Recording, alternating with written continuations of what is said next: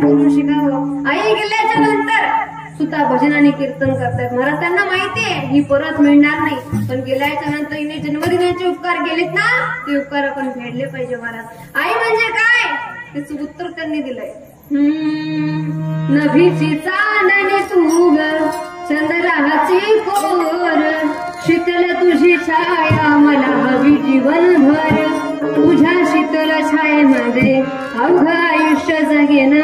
आई देवापाशी मी ग फक्त तुलाच मी मागेन. आई माझी मायेचा सागर दिला तिने जीवनाला. आईने त्याला विचारा महाराज ताई हो आपलं माहेर कुठपर्यंत आहे? जोपर्यंत आई जिवंत. एकदा आई गेली की माहेर राहत नाही. किती गरीब आई असू द्या काही ना काही भांडल्याशिवाय राहत. पोर एवढं घेऊन जा. नाहीये का माझ्याकडे पैसे पण एवढी माझी साडी येते एवढी तरी नाही.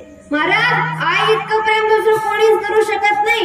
कारण जगामध्ये लेकरू कसंही असलं तरी तिला गोड आहे. महाराज मुलगी आली त्याच्याकडे पैसा नसू द्या पण काही ना काही त्याच्याकडे जेवढं आहे तेवढं तिला बांधून दिल्याशिवाय राहत नाही. एवढं प्रेम आहे तिला. आई गेली ना तर ताईला विचारा आई म्हणजे काय असते. महाराज आज ही लेकरं आई वडिलांकरता काहीतरी चांगलं कर्म केलं पाहिजे, काहीतरी चांगली गोष्ट केली पाहिजे. जन्माला घातलंय हे जग दाखवलंय महाराज आपल्याकरता काबळ कष्ट त्यांनी केले त्याचे उपकार माणसाने जाणले पाहिजे. पण लेकर व्यसनाधीन झाले शरीराकडे लक्ष नाही. चांगले तरुणी पुढे एका पायावर उभी राहतात व्यसनाधीन होतात. हे सर्वसामान्याला प्रश्न पडतो जर अशी आपली संस्कृती असेल तर कसं जग पुढे जाईल? आज आपल्या जगाला चांगल्या लेकरांची गरज आहे. अहो तुम्हाला मान्य असेल की संपत्ती माणसाकडे असली पाहिजे, बुद्धी असली पाहिजे, पण शारीरिक बळ सुद्धा असलं पाहिजे का? पण हे शारीरिक बळ नेमकं मिळतं कुठून? तर मिळतं आळंदीला. मिळतं वैद्यनाथपर्यंत कुंभाराच्या चरणी माझ्या देवाच्या चरणी माझ्या संतांच्या चरणी. संत सावता महाराजांनी काय केलं महाराज? फक्त आयुष्यभर भजन केलं.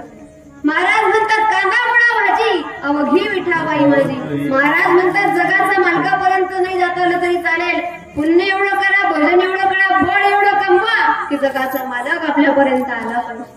एवढी भक्ती करा, एवढं स्वतःमध्ये सामर्थ्य ठेवा. तरुणाला उपदेश केला बाबा रे काही करू नको, फक्त हातामध्ये टाळ आणि भजन कर. धर्माचा पताका खांद्यावर घे. संभाजी राजांसारखा, शिवाजी राजांसारखा, महाराणा प्रतापांसारखा शूर आणि वीर हो आणि त्या आईची पूज पवित्र कर. एकच सांगण्याचा प्रयत्न केला. धन्य जिजाऊच्या खुशी जन्मले शिवछत्रपती. महाराज कर्म चांगलं असलं पाहिजे हो, कर्म चांगलं असलं पाहिजे. शारीरिक बळ जोपर्यंत आहे तोपर्यंत माणूस जीवन जगू शकतो. बुद्धीचं बळ जोपर्यंत आहे तोपर्यंत माणूस जीवन जगू शकतो. धनाचं बळ जोपर्यंत आहे तोपर्यंत माणूस जीवन जगू शकतो. बळ असलंच पाहिजे. पण बघा ज्यांनी जन्माला घातलं त्यांना विसरू नका. त्यांचे उपकार आहेत आपल्यावर आणि जेवढे उपकार ते येतात ना तेवढं दुसरं कोणीच करत नाही. महाराज म्हणले तुम्ही संसारामध्ये गुंतू नका, बळ थांबवा, जगाच्या मालकाचं चिंतन करा. एवढा बळ माणसाकडे असलं पाहिजे कमीत कमी आपल्या आई वडिलांची सेवा आपण तरी करता आली पाहिजे. बघा जगाच्या मालकाकडे मागा देवा एवढं धन दे की माझे आई वडील जेव्हा हे जग सोडून जातील ना मी त्यांना तो परत आणू शकत नाही, पण ते गेल्याच्या नंतर माझ्या हातून कीर्तन आणि भजन झालं पाहिजे. एवढं धन दे. देवाला सांगितलं पाहिजे आपण एवढं धन दे की माझ्या हातून सप्ताह झाला पाहिजे. एवढी बुद्धी दे की माझ्या हातून जगाच्या मालकाचं चिंतन झालं पाहिजे. महाराज म्हणतात जगाच्या मालकाला काही लागत नाही, फक्त अंतःकरणामध्ये भाव लागतो. अभंगाच्या शेवटच्या बाबाजी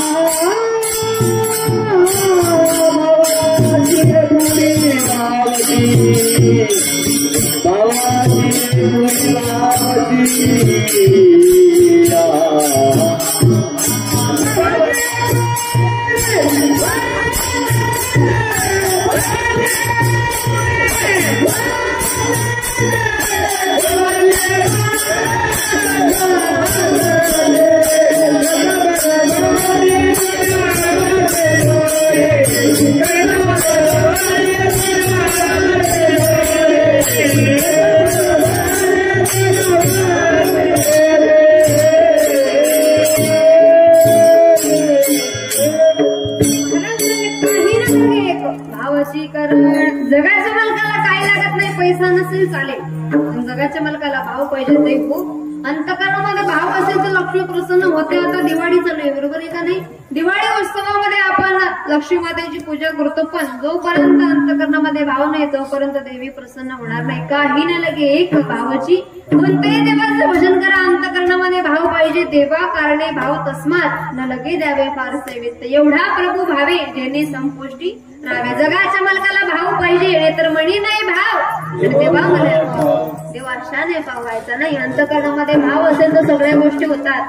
ताईसाहेबांनी कीर्तन ठेवलं, अंतकरणामध्ये भाव होता, कीर्तन झालं, आजीपर्यंत भजन पोहोचलं. विनंती एकच आहे, तुकोबऱ्यांचा अभंग 3 चरणाचा मतीप्रमाणे सोडवण्याचा प्रयत्न केला. जे काय चांगलं असेल ते नक्की घरी न्या. जे अपशब्द असतील माझ्या मनात शब्द सोडून जा. त्याचबरोबर हे भजनी मंडळ अगदी गोड साथ दिली. भजनी मंडळाचे धन्यवाद. त्याचबरोबर ताईंनी कीर्तनाचं नियोजन केलं, त्यांचेही धन्यवाद. अप्रतिम अशी साऊंड सिस्टम आहे, त्यांचे सुद्धा धन्यवाद. आणि आमचे बाबऱ्यावरून भजनी मंडळ आलंय, त्यांचं सुद्धा धन्यवाद. आमचे प्रवीण भाऊ असतील, बरकू भाऊ असतील आणि दादासाहेब असतील, आप्पासाहेब जेवढे आले कीर्तना करता सगळ्यांचे धन्यवाद. झालेली सेवा ज्ञानोबर आहे, तुकोबर आहे, संतांचे अर्पण करते. तत्पूर्वी आजीपर्यंत भजन पोहोचलं पाहिजे. कदाचित आपल्या हातून होईल तेवढं भजन आपण केलं पाहिजे. त्यामुळे सगळ्यांनी एकदा हात वरती घ्या आणि आपण आदिशक्ती मुक्ताबाईचं भजन करूया. अंतकरणापासून टाळी वाजवा आणि भजन करा. इंद्रायणी का